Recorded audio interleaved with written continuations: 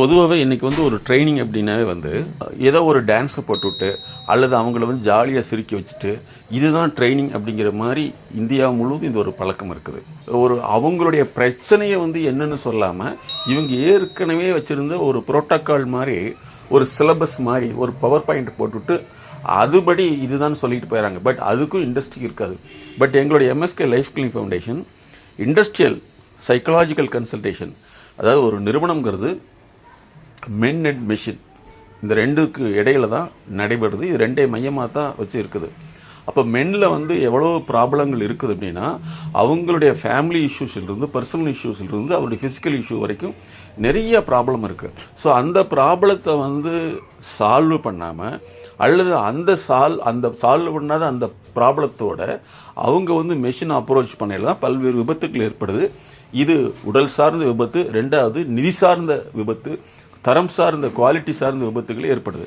அப்போ இதை மாற்றி அமைக்கிறது தான் எங்களுடைய MSK life clinic foundation industrial performance, industrial quality management, human performance development, human capital, அதே போல் நிறுவனங்களுக்கேற்ப தன்னை பொருத்தப்பாடு செய்யக்கூடிய கார்ப்பரேட் ஃபிட்னஸ், அதாவது பெருநிறுவனத்துக்கான பொருத்தப்பாடு நடத்தைகளை உருவாக்கியிருக்குது. எங்கள் நிறுவனத்தோடு தொடர்பு கொண்டு உங்களுக்கான ஒரு அற்புதமான விழிப்புணர்வு, உளவியல் சார்ந்த விழிப்புணர்வு. நீங்கள் வாழ்வுதல் என்பது உடலில் அல்ல, மனதில் தான்.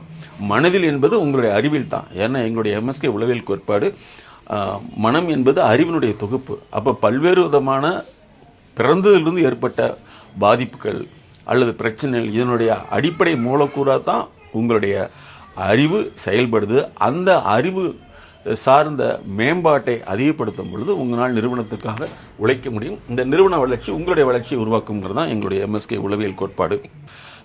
பலருடைய வாழ்க்கையில் வந்து பிரச்சனை ஏற்படும் பொழுது இது சரியாகி போயும் என்று அப்படி விட்டுறாங்க. அப்படி விட முடியாது. ஒரு நிறுவனம் வந்து ஒரு லாஸ் ஆயிடுச்சு அல்லது நிறுவனத்தில் வந்து நிதி இழப்பு ஏற்படுனா பின்னாடி சரியாக போயிடும் செய்கிறது கிடையாது.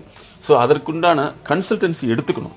அதே மாதிரி தான் ஒரு தனி மனிதனும். அதே மாதிரி ஒரு தனி மனிதனுடைய நடத்தைகள் எவ்வாறு வந்து வடிவமைக்கப்படுதோ அதே மாதிரி நிறுவனத்துடைய நடத்தைகள் வடிவமைக்கப்படணும். அதான் ஆர்கனைசேஷனல் பிஹேவியர் டிசைனிங்னு சொல்கிறோம்.